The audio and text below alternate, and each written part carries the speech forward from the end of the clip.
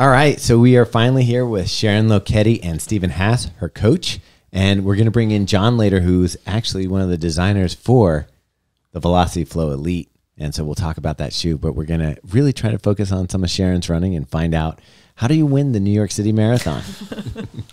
So first of all, when did you guys meet and how did that partnership come to be? Yeah, I met Sharon when she was still in college. I represent and coach her fiance, Ed Cheserek, and so she came out to Flagstaff a couple times her junior year and senior year of college, and yeah, got to know her. And then obviously when she came out of school, we were kind of starting Dark Sky at the time, and really wanted her to be part of it. You brought up a good thing though that we wanted to talk about. Edward Cheserek. Yes. They call him the King Cheserek. He's your fiance. Yes. When you get married, are you now Queen Cheserek? I don't know. I think I'll still be Sharon. I still don't know the name part, but yeah. It'll be nice to the little people though, like the non-royalty. No, yeah, but I mean, most people call me Queen, so yeah, she has the throne already. I'll Right. still be there, but you know, I don't think it'll be officially. But yeah. Awesome. I had to get that out of the way. All right, so when did the marathon become an idea for you? Like when were you ready to jump to that distance? I think it was like early this year, in the spring. We did a couple halves, and they went well. And later in the summer, we started talking about maybe doing a marathon, and it was just either we wanted it to be like a faster one or like an easy one, or just the one just going, just race. So yeah. So as a coach, you're taking someone who hasn't done a marathon before and you're building up distance. Is it tough to, like, how when you see kids take off on a playground, they go super fast right out the gate? Did you have to, tell her, hey, we got to do this, or did it come naturally? No, I think it came pretty natural. I think she knew she was ready to move up in distance by the time we got there. Now, granted, this was a progression over the last 3 years. It wasn't it just wasn't on a whim. It's built up mileage over the last couple of years, built up race distance, workout volume, things like that. So yeah, ultimately, I think we both knew for a long time that the marathon was going to be in the cards relatively soon. I just think the event area fits her strengths really well. Thought she was going to be very good at it, and yeah, it came probably sooner than we both probably expected. But once those halves went really well, we sort of knew she was ready for it. So yeah, coming out of the gate and winning your first marathon, which was the New York City Marathon. Like, is the marathon distance now your favorite distance? I don't know. I'll do a couple, 2 or 3 more, and then I'll answer that. But yeah, I'm beginning to really, really like it, and even just talking about training, it just gets me excited. So yeah, I guess we're getting there.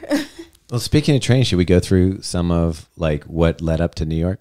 Yeah, but I have a quick question because you said an easy, fun one for your first marathon, and then you chose New York City, which I would not call easy, and it happened to be a really hot day. It wasn't a fun day. Yeah, how did you choose New York? Yeah, so we had a couple different options. Yeah. I think the New York half was one of the big indicators, and we ran the Honolulu half right after, a couple weeks after, and though both the courses are pretty challenging courses, they're not fast time trial type courses, and the races weren't set up for pacers or anything like that. So I just felt like a race that wasn't trying to be a time trial type race was going to be good. Go out, let your race instincts take over and be competitive within the race. And that was sort of an important part of the decision making. Let's find a marathon that was going to be the setup. And just because, the hillier courses went so well for both of those halves, we just felt like it made a lot of sense. And Sharon's had a great relationship with New York Roadrunners as well over the last couple of years, done a lot of their events, the Mini 10K, the New York Half, other events they've had, road races they've done. And, good relationship there. So they really wanted her to come. Well, one thing that a lot of people don't know is that the pros, when they're picking out the races, they have something else to consider. Yeah. There's a payday. Yeah. There is like just showing up, you get a payday. Yeah. And then you also potentially have prize money. So in the realm of things, does that play a big role in picking a race? Yeah, but for me, this was like my first big marathon. So I just wanted to do the biggest one. I just wanted me to just throw myself in there and just, get the experience of the marathon and just enjoy, and have fun while doing it. And we just was like, New York is going to be a great one. I had a friend, Emily Duggan, she also was like getting into the marathon. So we just kept like started talking to each other, like which one should we do, and we kept bringing it to us, and and it just was like a really, just like we got excited before we started like really training for it, and I think that helped, just knowing that you really want to do it. So yeah. So your preference, given a flat, fast course or something hilly, you're opting for the hilly. Yes. That I will never understand. I think at some point, that'll be, at some point we'll definitely do a fast, flat one. Yeah. I just think for the first one, it made more sense to kind of go with a more challenging course, and not necessarily a time trial type race. Okay, yeah.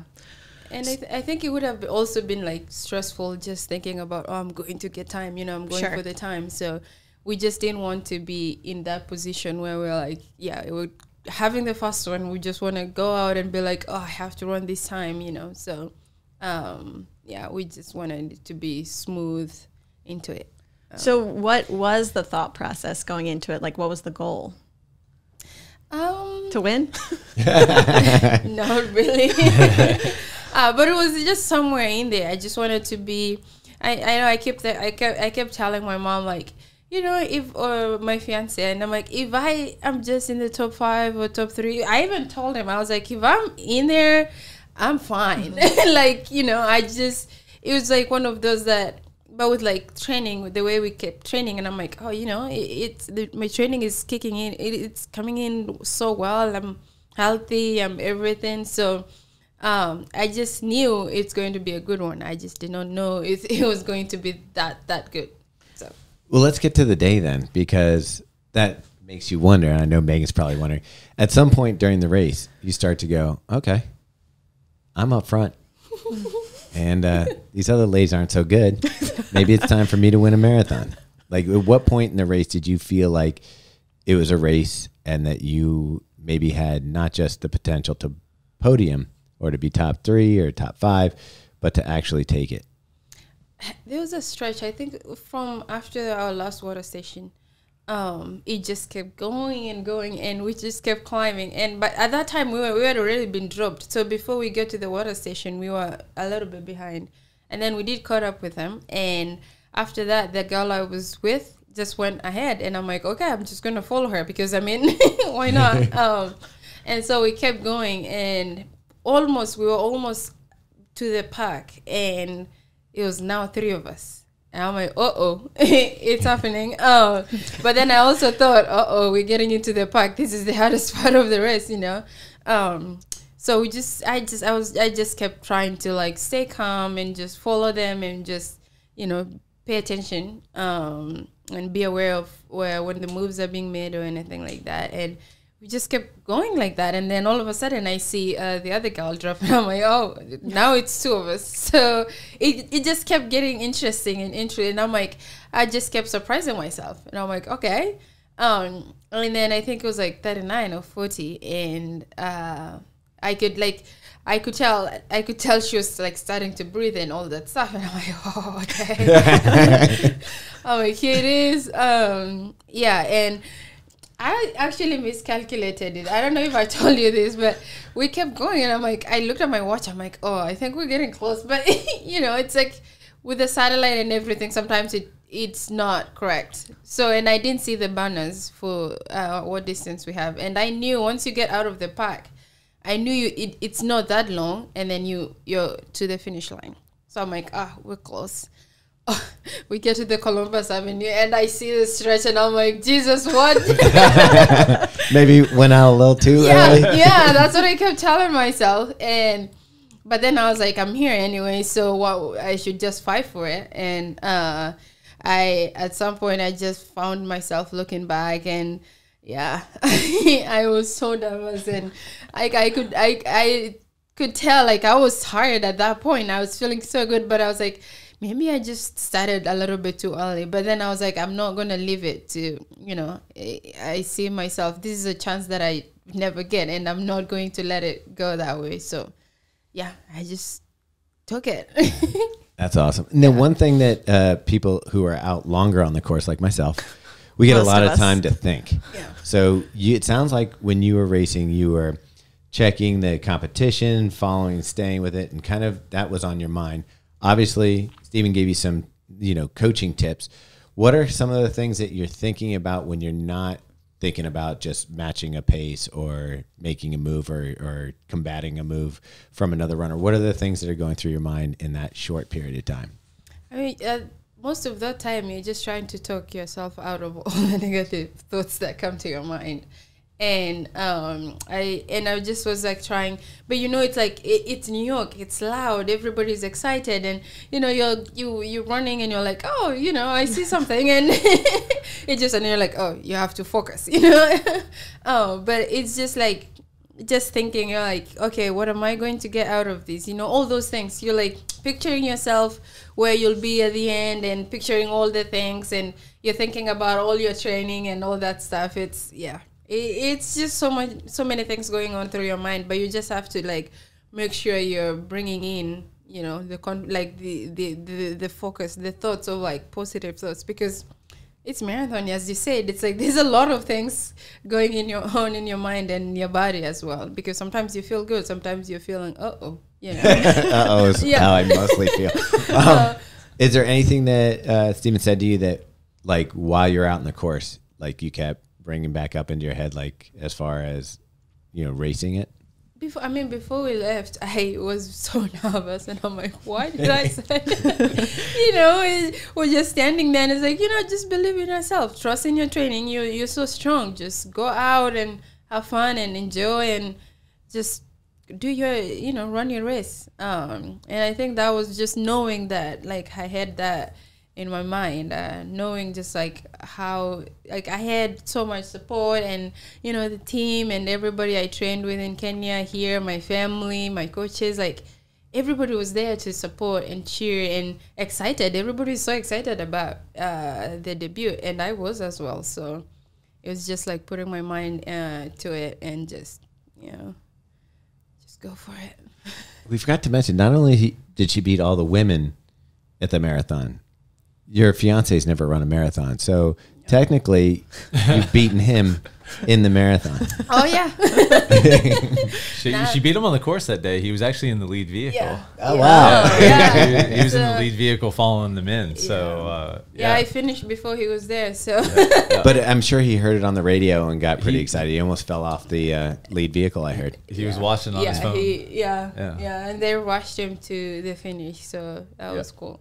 All right. I was giving him a hard time. I'm like, yeah, so you're in New York, but you're not really going to see my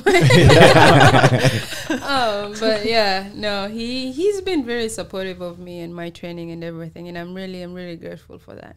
That's great. Yeah. So not only is New York City a very challenging course on its own, but the day we got was rather warm. Did you guys adjust the plan based on the weather, or were you prepared? Like, did you do heat training, or what did you do in the lead up to? I mean, it didn't seem like it affected you that much, but you can tell me if it did. I've had a couple races. Like, I don't really do well in all races most of the time, and I've had a couple scares here and there. And like when we knew the race was going to be, I mean, I was in Kenya. It was warm, but it was not really like, it was a rainy season, so it's not. Yeah.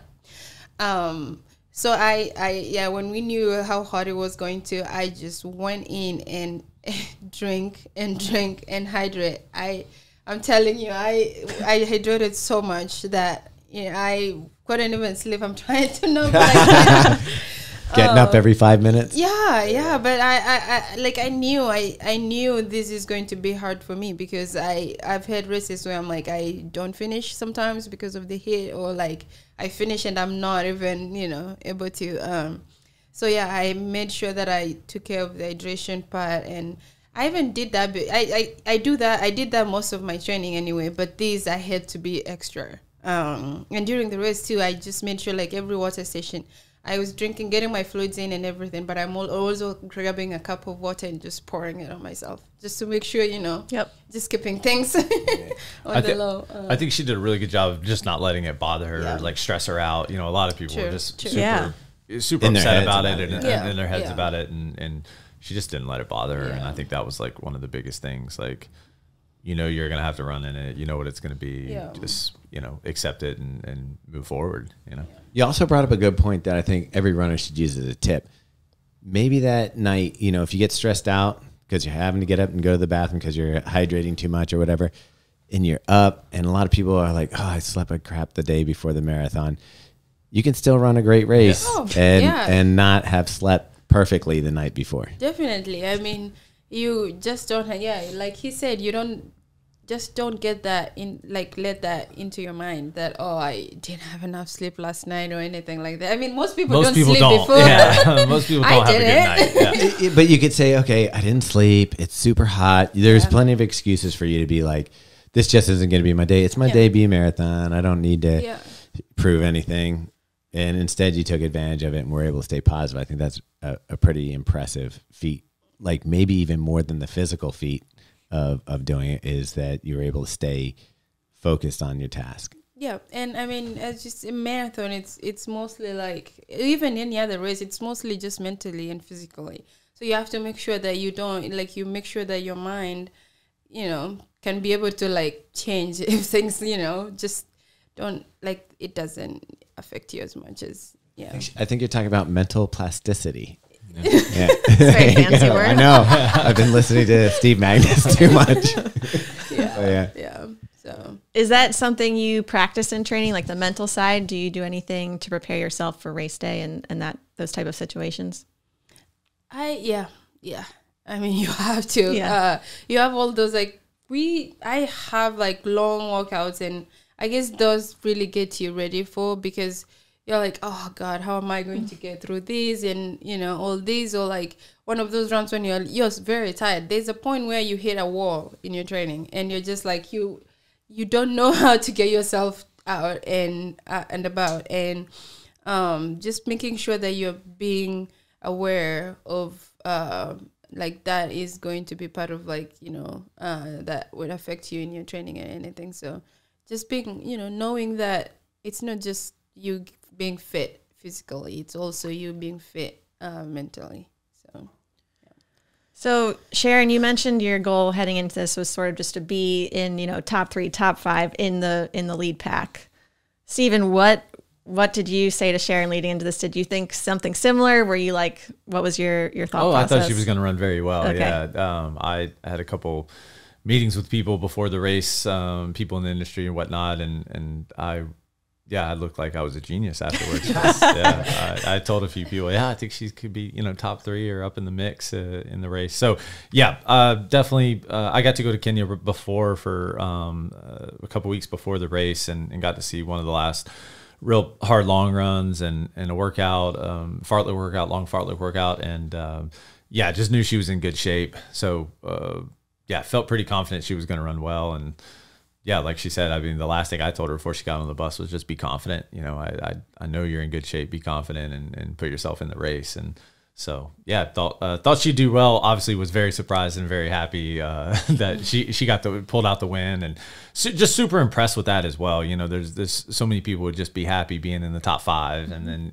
being in the top 3 and just keep digging for the win is just awesome. And I think that sets a really good precedent for our team and our training group, and, is always trying to get the most out of it.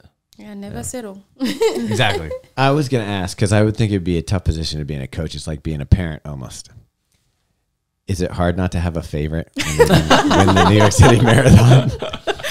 Well, I mean, she was certainly my favorite in that race. No, it's all the athletes we have in the group and that I represent, I am very invested into. So, wanting to see them all do well and maximize their potential, and just try to help put them in that situation, and try to help as much as I can from whatever avenue that ends up being. Awesome. So you crossed the finish line, and the most iconic, I think, picture that you think of with the New York City winners is when the flag gets draped around you. Now, you spent some time in the States, you've gone to college here, but you're Kenyan. Yeah. And when that flag comes out, like what does it feel like as far as representing Kenya and that flag being draped around you? I mean, it's a good feeling, I've had the flag draped around me most of the time, but I'm usually like second or third, So this being the first, I was like, whoa! It felt really, really, really good. So I mean, I'm happy to have won for my team, my company, and then my country, and everybody that supported me, because that's my roots. So that's where I grew up. That's where all this started. So it really was something. Do you think the competition knew about you before you ran this marathon, or do you think now you've made a statement and when you line up next time, you're going to have more pressure because more athletes are going to be like, I gotta stick with her, and I'm going to be with her because she's the New York City Marathon winner. Like, you're not a secret anymore. Do you feel like that? Yeah, but I wish I was. I like being a underdog. Like being the secret. But I mean, most of them really knew me, but they didn't know me in that the other capacity. So this would be different. But like, I'm still going to be me. I'm still going to train hard, and I'll be ready anytime to get it. Once you get in that start line, I mean, once you're in the start line, it doesn't matter whether you're a champion or you're not. So you're there to compete, and you're ready to just compete with anybody. So, yeah. All right. What's the first thing you did after you crossed the finish line and got yourself together? What did you do? You walk like a mile and a half. Wait, do they make you guys walk too? We got a ride. Okay. We got a ride. A golf cart or something? They had a van for us. Oh, wow. We had to do some media stuff. Yeah. I mean, it took probably 2 hours before we got back to the hotel. Yeah. I Have mean, you seen what us mortals have to do after New York They make City? us walk like miles. miles. You're already. It was brutal. You walk at least a mile and a half just to Yeah. get out of the gates. Yeah. It's great. Yeah, they had a van. They had a van for us to get us back to the hotel. We had to go straight to drug testing Yeah. too. Oh, right. yeah, So you see, that's the part where we have to do. Yeah. That's why we get right. Well, that's good that you hydrated so much. Oh, trust me. Once that's nothing. Yeah. What do they do when you get into the drug testing? Are they using needles and everything? Like, are you getting blood drawn? They do both, but not everybody has blood and urine. So some people just have urine, some people just have blood, okay. some people have both. Yeah. So I believe it's like a random draw between I think they tested 9 people, I think. Oh, it's just a random? Well, Random the top. draw No. whether you get blood or Oh, urine, yeah. or okay. blood and Yeah. urine both. Yeah. Yeah. Yeah. That's a lot. So you just had urine, right? Yeah, I just said urine. urine. Yeah. Oof. Yeah, some people have to do blood afterwards Yeah. too, and it could take a while. So But like in races like those, if you get blood drawn and you're tired already, like Yeah. seriously. It's like you're all dried out, pulling the dust out of your veins. Yeah. I mean, I'll give it to you and everything, but you really weren't out there that long. So, like, 2 hours for me was long. yeah, for you. I mean, I had long runs like that, but not a race. Yeah. So that was. I'm just kidding you because I'm saying that the rest of us were out there much longer, and then had to walk. Yeah. No van came for us. yeah. But yeah. Did you ever actually run 26 miles in training? No. Okay. No. I did 40K. That's like 25. Okay. Well, yeah. Yeah, you got to do kilometers. I know. Yeah. Everybody can miles. does Sorry, kids. it's You kilometers. gotta adjust. I do it in my head. I forget who we were It's talking to. They were talking about 42K, and I was like, okay. It's insane because I go to Kenya and I'm like back to kilometers, and then I come back and I have to think, mileage wise. So it's just Do you like do that with pace as well? yeah. Okay. Yeah. So, but my watch sometimes, I remember coach in Kenya would ask me like, oh, what is that? After a kilometer. But then my watch is usually like, it will show the kilometers that I've gone, but then it's mileage. It tells me in mileage, even though I've changed it, but it still will be like every mile it will beep. So every time he asks me a kilometer, I ask my, I'm like, tell him. And I will tell you, one of our least favorite workouts is 1 kilometer repeats. Yeah. Yeah. No, we do lots of those. It's just because in our head, like a half a mile, 0.5 Yeah. mile, Yeah. you know, Yeah. the kilometer 6 something, you're like, 0.62. yeah, you're just like, ugh, just enough to be over that half mile to hurt. Wait until you're doing 2 kilometers. All right. Oh, Then that's it. that sounds even worse. A little over a mile. And I remember at the beginning of the season, there's a time where you have like 3 kilometers, 2 kilometers, 1 kilometer, or 3 kilometers, you know, just a mixture of so many things. So you don't even know how to say your watch for that. So you're all metric. No, I mean, sometimes, yeah. It just depends. I mean, we do different workouts but we do a lot of Ks, a lot of 2Ks. Yeah. Oof. 2K sounds horrible. Yeah. They're long. You keep going and you're like, oh gosh, this doesn't end. But it's one of those workouts you have to do. Yeah. It paid off, Yeah, clearly. it does. So. Yeah, maybe Yeah. I should do it. 2K. Yeah.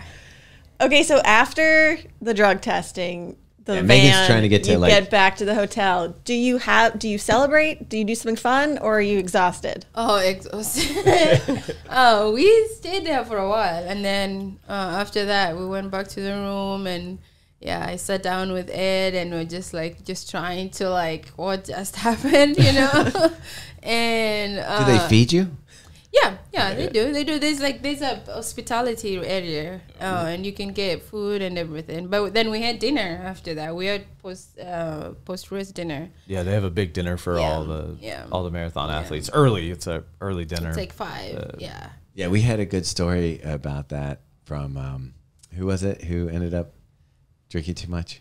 That was an after party. Okay. Well, they did have an open bar at the restaurant. I think she started. It was at Fogo Yeah. de Chao. It and- starts there. Okay. Yeah. Fogo de Chao? Yeah. Unlimited steak. Dude, Yeah. I've gotten that's the only time I've gotten a hangover, and it wasn't from alcohol. I was eating too much meat. Yeah, it's all different kinds too. So yeah. So you're not a vegetarian. No, I like lamb chops. All lamb shanks, everything lamb. So Fogo de Chao is a meal place to there. go. Yeah. All right. Yeah. We had a big meal there, and then Under Armour had Yeah. a nice little party for us. Ice cream afterwards, party too. or something, Yeah, right? ice Yeah, cream. I'm ice cream. Yeah. Yeah. So meat and ice cream, that's your post-celebratory? Yeah, it was. I couldn't walk down the stairs or up the stairs at that point, but it was fun. It was really fun. Yeah, it was interesting. So the soreness kicked in pretty fast Oh yeah.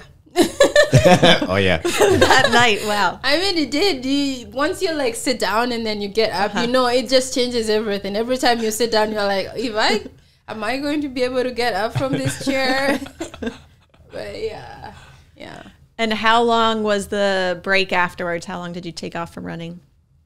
I took like completely a little bit over, like a lot more than what I should have. But I just wanted to be able to like be fully recovered. So I didn't run for 3 weeks completely. Oh, wow. Yeah. So you enjoy like the break. You're not like itching to get back to train. You kind of enjoy the downtime. Because you have to recover to be able to come back, you know. So I just wanted to give myself ample time and ample recovery. Yeah, we talked about 2 yeah. weeks, and she was still sore after a week. Oh, wow. Just take as much time as we need right now. My body was recovered. My legs were fine, but it's just like, just the fatigue, you know. Like tired. Yeah. That feel, and I traveled. And I think a lot was going Yeah. on. Yeah, we Yeah. just had so much going on. She stayed in the U.S. for a little while, did a lot of media stuff, went to a wedding, Yeah. and went Oh, back wow. to Kenya. Dance a lot. So and not then- that much downtime. Yeah. No, I had my roommate from college wedding was the next weekend after New York, so I had to be there, and I danced had to wear a lot. heels? Yeah, I had Oh, wow. heels. That made it like the recovery a little bit. Well, it's easy on the Achilles, That right? was the hardest. She said that was the hardest part. Yeah. Walking around in heels. What's the drop on those? Oh, it was actually. I honestly thought they were the short one, but they were the long ones. But then it's like for a long time, you know, runners, we can't really wear heels most of the time. So you wear it once in a while. So once you wear them, you're like, okay, I forgot how this. They're awful. Yeah, I would have just taken them off probably. Oh, I did. Okay. I did in the dance floor after. So, yeah. So speaking of footwear, should we segue into talking about Yeah. the Under Armour shoe that you ran in? Let's do it. All right, so we're back. We're going to talk footwear with Jonathan Hutnyan. Yep. It's a difficult name. It's like onion, I'm thinking. Hutnyan. Sure. Yeah. Okay, we're close enough. Yeah. And he is the senior product manager for footwear for running at Under Armour. And one of the things that it's kind of interesting is that that's the shoe that Sharon was running in. And a lot of people don't know anything about this shoe. It's not even really released. It had a little, what do you call that kind of release that it had? Limited? Like Limited. Yeah. Yeah, back before World Championships in the summer. Yep. yeah. So that it could get approved by World Athletics. Shoe's approved, comes out. Sharon gets a chance to show people what it can do. Yeah. Like as a footwear designer, as somebody who put that shoe together, and you get to see an athlete perform in the shoe at this level, what does that do to you, like as far as like a feeling inside? Yeah. It was a great Sunday morning for everyone involved, right? I think it's been described the same way, I think within the brand a couple of times, as like lightning in a bottle. Because it was a combination of things. It's a world major. It's Sharon's debut marathon. It's kind of one of the first races on that scale where that shoe's on the starting line. And she happened to knock it out of the park. And it's that shoe. So it's all these things came together at once, and it happened to be, right before we went down to Austin for TRE and saw you folks, get to spend the rest of the year celebrating with her. So it was almost like everything came together at the right time. And so for the team back in Portland and the team here in Baltimore, I mean, you couldn't be more excited. And then it was like, how do we just make this bigger and better and just to celebrate Sharon? So, And Sharon, as an athlete, you're putting a lot of trust in your sponsor. Like, it's got to be a tough decision because you're looking at it and saying, I have a few years to hit my goals. And I have to be able to put on something that I believe in, and I believe that can give me the best chance to perform at my highest ability. Mm-hmm. Was it Under Armour, how did you make that decision to go with Under Armour and to wear the Flow Velociti Elite? This is I signed in 2019 right out of college, and I started with Under Armour. So I just really like the way they value their athletes. They're very, very close to us. They just want our feedback. They want everything that, anything that you say, they put all that into the product and everything. And I really like that because most of the time I'm someone that would really I love when someone listens to what you're saying and then they put it into works, and then you get something and you're like, wow, this is my input was, it helped somehow. So I just really love that. And all those 3 years, from 3 years until now, we've come a long way. And I've been in every the progress we've made, I've been in it every single day. And every time there's something that comes off, we have we get the prototypes, we try them, we tell them this is working, this is not working, and then they go and they even do better. So going into this race, I was very confident. I was like, I know what the work they've been putting all those years, and I knew this. When it came out the first time, I was like, yes. I can't wait because all the time everybody's just talking about the super shoe, and it's for a couple of years everybody was having all these, the Nikes and everything, and we had confidence in what was coming for us. I mean, and now we're here and we're able to compete with everybody else and be confident at the starting. I have a competitive product just like anybody else. So just going into it, I was I had actually ran a couple of workouts in them, and I did one big long run with it, and I was like, yeah, I'm ready. Let's go. This is what I need. So yeah. Well, speaking of workouts, what are we usually have a shoe rotation. You're not running in the plated shoe all the time. Yeah. What are some of the other shoes that you're using from Under Armour in your training? I train with the Machina 3s. Those are my training shoes, and then I have two kinds of the Flow Velociti Elite. So I have the iteration of the old one, the one that we all ran in together today. Yes. So then I work out. I do most of my track workouts in that and my fat legs, and then my long runs I do with the new the new Velocity, the new version of the Velociti Elite. I mean, yes, that's the thing, to Sharon's point, she's been part of the process. So she's worn probably every version of what the Elite is now and what we know of the current day and also where it's going. So there's the first one that we talked about that came out over the summer in a brief way, and then it'll fully globally launch in the new year in February. But Sharon and a lot of the other teammates or athletes on our roster are already testing the next one. All right, and cool. They'll be on the third one. And so, we get to work pretty far in the future, which is great. And then we just stay close with our athletes. And Yeah, well, we've been fortunate to be able to, like when Jordan ran in one of the protos of the current model. So we've seen kind of the evolution and the tweaks that have happened to the shoe. Jordan seemed to do okay doing, I don't know if you follow that, 3 marathons, 3 days, all at around 2:30. He's insane. I don't know how he does it, but he's something else. I don't know how he does it on the diet. Like, it's Olive Garden all day long. Like, Oh wow, Carbs. I don't know if you... carbs. Yeah, Yeah, but yeah, that's the way to those go. aren't even quality. I'm sorry if Olive Garden's no longer going to be a sponsor of this podcast, but those aren't even quality carbs. Those are just garbage carbs. Is there a favorite place that you like to go before? Do you have a ritual meal before you run? No, I just have rice if I get it, or like pasta. Yeah, anything. So not too picky. No.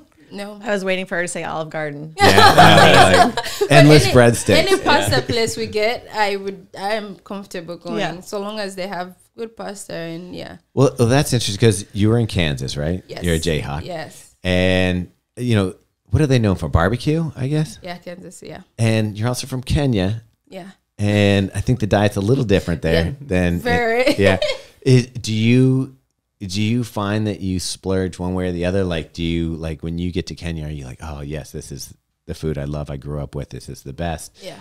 Or are you like, I love getting some barbecue and all that stuff? Like, what's your... I mean, we do have a barbecue in Kenya, but it's not the same, with all the dressing and everything. Yeah, it's different here. And I mean, we have a couple in Kenya, but not as much as there is so many versions here. Sometimes some people ask me, I'm like, I don't even know what you're talking about. Just give me the meat. barbecue last night. Yeah, we did. But yeah, most of our Kenyan food too, it's very like, I grew up with it, more carbs, the more the better. And yeah, we have like a couple different kinds. And I mean, when I was in Kansas, it was my first American food when I got, I'd never had any, but yeah, so I would have like, sometimes I'm like, I cook up home, sometimes I go and I have the American, I splurge on the meat. And when you go to Kenya, do you introduce recipes that you learn over here in the States? Yeah. That's fine. But most people are like, I'm good. But it's they're learning, it's hard to like change something that you're so used for a very long time. And my other younger people in my family would try. My mom would be like, maybe. See, I think that would be one of the more difficult things about, the dual citizenship, or not dual citizenship, but the traveling back and forth. Yeah. Is that like dietary, there's things that you crave and you're not going to get some of those things here in the States that you would get back in Kenya, and you have to kind of like adjust. And so like for us, we worry about like having a particular meal before a marathon or something like that. You've got to be a lot more flexible because depending on where you are, what's available. Yeah, but usually like you don't go wrong with rice. I feel like you get that everywhere, or pasta, but there's also there's also other stuff that I'm like, I can still get a couple stuff that I want for like the Kenyan meal to have it here, to make it here, so it's not really like, but if I go home, then sometimes I don't really get the American food, and we're not big on cheese or anything like that. Dairy. People, we drink milk every single day. Like all our tea is like milk, made of milk and water, and so we still get data, but there's not many like oat milk, gluten free, all this stuff. What kind of milk do you want? All right. Yeah. So that section was Cooking with Sharon. A spin-off show. I'm curious about the process of working with athletes in the development of the shoe, because Sharon obviously has an opinion, but you're working with other athletes. Yeah. And what if they don't share the same opinion? Like Sharon's opinion? Yeah. Like, is Sharon's opinion rule all, or how does that factor in? Everybody's. Yeah, it's everybody's, and yeah, sometimes they don't align. And so I think that's part of our footwear team and our innovation team's duty to read between those lines. And ultimately, you'd kind of go to like what is the mean or the median of the feedback, and what works best for most cases. There's unique things you can do. Obviously, there's a whole lot different World Athletics rules now, from prototypes and athlete-specific stuff. So we can service them in really unique ways in training that maybe fits their individual likes better. But when it comes to sanctioned races, then obviously what goes to like a retail component, it has to be what fits the broadest amount of runners. Oh, so my fantasy of getting a custom race day shoe is not a reality. Like, you don't get like a athlete specific do you have a last of Sharon's foot that you're like, this shoe is going to be built around Sharon's foot for New York? So there's still stuff that happens. We 3D scan athletes' feet when they come to town, and part of that is even just so we can make sure we're getting them the right size. The custom last thing is kind of unique. It doesn't happen, I think, as much as maybe like Hollywood concept of footwear wants you to. So we don't, as a brand, we don't even make that many custom lasts. But for athletes, we want to make sure, A, we're giving them the best size, and then how we can best run our numbers of our lasts against their data. So yeah, it's custom in the sense that we just want it to fit them best, and then their feedback is taken on over what could be as short as like, the Elite came to life in maybe as quick as 12 months because there was a rush to get it ready for athletes that we needed to service.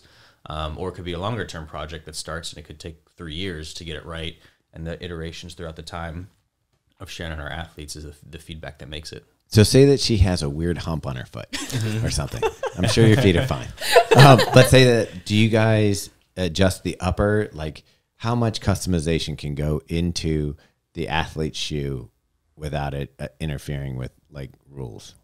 Yeah, I mean, the World Athletic rules are more around like stack heights, foams, and plates, not necessarily like upper fits per se. And so anything we would say Sharon wanted to run New York next year or another world major, something like that in a shoe, we would just have to submit a sample of that version, and then she would get her pair checked as well.